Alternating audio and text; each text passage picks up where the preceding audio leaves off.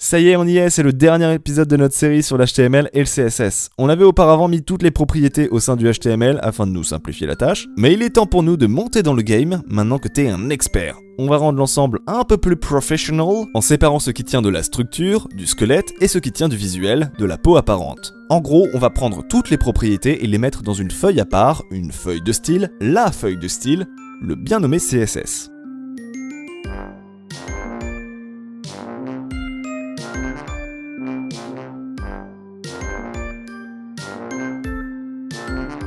Et là, je sens que t'es devant ton ordinateur en criant « Waouh, attends. C'est possible de séparer les propriétés de l'HTML ?» Et la réponse est oui, c'est même d'habitude la norme. Maintenant, si tu désires faire une petite page avec quelques éléments, la méthode apprise précédemment marche bien, et ce sera plus simple à lire. En revanche, si tu fais un site internet avec plein de pages, faire une feuille de style unique t'évitera de répéter constamment que le fond est bleu, le texte est orange, etc. Tu verras, rien de très compliqué, il suffira juste de déplacer les propriétés sur une feuille de style et de les attacher à distance aux balises. Après ça, tu sauras tout sur le HTML et le CSS.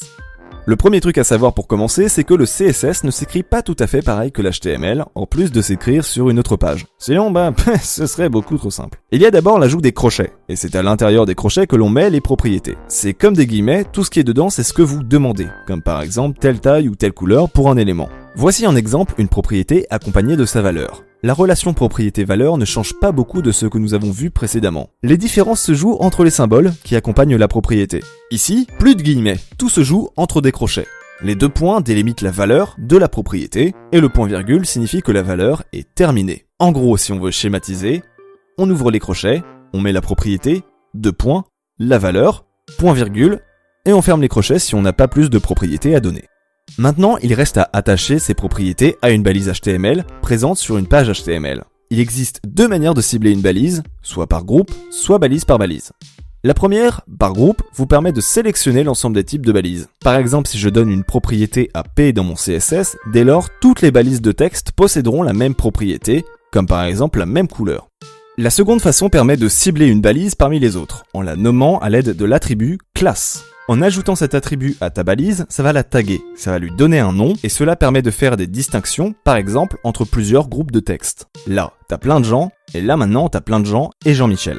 Juste devant les crochets, tu rajoutes un point et le nom donné à l'attribut classe, et tu obtiens un sélecteur. Un sélecteur. Regarde, c'est tout, c'est simple, t'as déjà tout compris, c'est trop génial.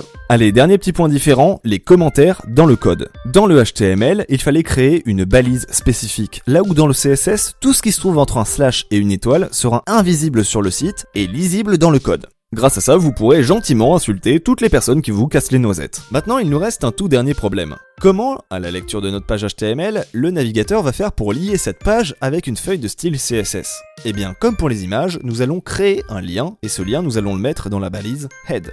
Grâce à la balise link, nous allons faire un lien avec un fichier et lui expliquer que ce document est ici une page CSS, et boum, la page HTML et CSS se retrouvent collées. Dernier point de précision, pour que ton site soit accessible à l'ensemble de tes potes, il doit être déposé dans un serveur. Du coup, pour que ta feuille CSS soit reconnue par ta page HTML, tous tes documents doivent être rangés dans le même dossier. Et damn, voilà, c'est terminé. Tu possèdes toutes les connaissances pour coder ton site de ouf. T'as pu voir, le HTML c'est vraiment pas compliqué. Ça sert à faire plein de trucs utiles et grâce aux langages complémentaires qui existent, on peut faire encore plus de choses. Ces langages complémentaires, il en existe des tonnes. Certains sont alliés et vivent en coalition avec le HTML, d'autres, en froid depuis de nombreuses années, se préparent secrètement à une guerre.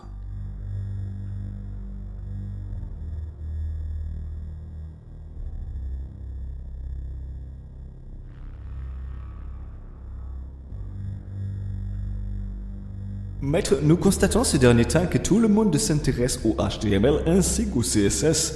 Le royaume de Flash est mis de côté et tout le monde se fout de nous. Tout le monde nous méprise. Du calme, serviteur. Nous n'avons pas encore joué toutes nos cartes. Nous avons encore plein d'avantages en comparaison de ces médiocres langages de balisage. Mais d'après nos informateurs, ils s'apprêtent à utiliser une arme redoutable. Comment ça ? Une arme qui leur permettrait de créer des choses complexes. Vous voulez dire comme des petits jeux vidéo ? Ya, Comme des sites internet très complexes ? ya, maître. Vous voulez dire que eux aussi pourront faire des sites internet avec des photos de chats qui dansent ? J'en ai bien peur, maître. Mais quelle est donc cette arme qui leur permet de faire toutes ces choses que nous savons faire ? Elle s'appelle le JavaScript.